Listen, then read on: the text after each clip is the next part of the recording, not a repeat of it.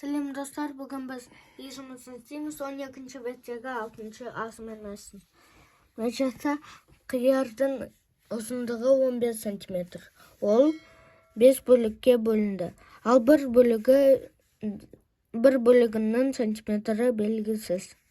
Сонда біз қиярдағы 15 сантиметрді 5 бөлікке бөлсек 3 болады. 15-ті 5-ке бөлгенде 3 болады. Бір бөлігінің ұзындығы 3 сантиметр. Енді кері есеп. Қияр 15 сантиметр. Ал бізде қияр ол 5 бөлікке бөлінді. Ал бір бөлігі 3 сантиметр, ал 5 бөлігі белгісіз сантиметр. Біз бірінші мұна бір бөлігінде 3 сантиметр.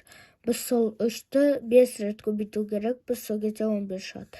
3-ке 5-ті көбейткенде 15.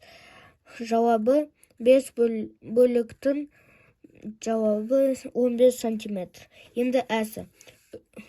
Қызанақтың 3-тен 1 бөлігі 9 килограмм. Барлығы белгісіз килограмм. Килограмм қызанақ.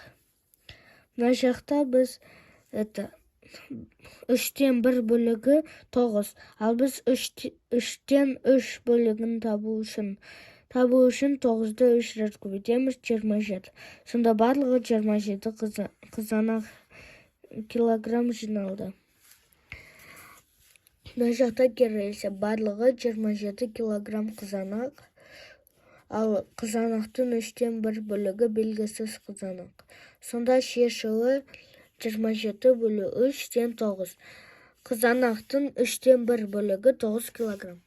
Бүгінгі сабағымыз аяқталды. Біздің каналға тіркеліп қойыңыздар, сау болыңыздар.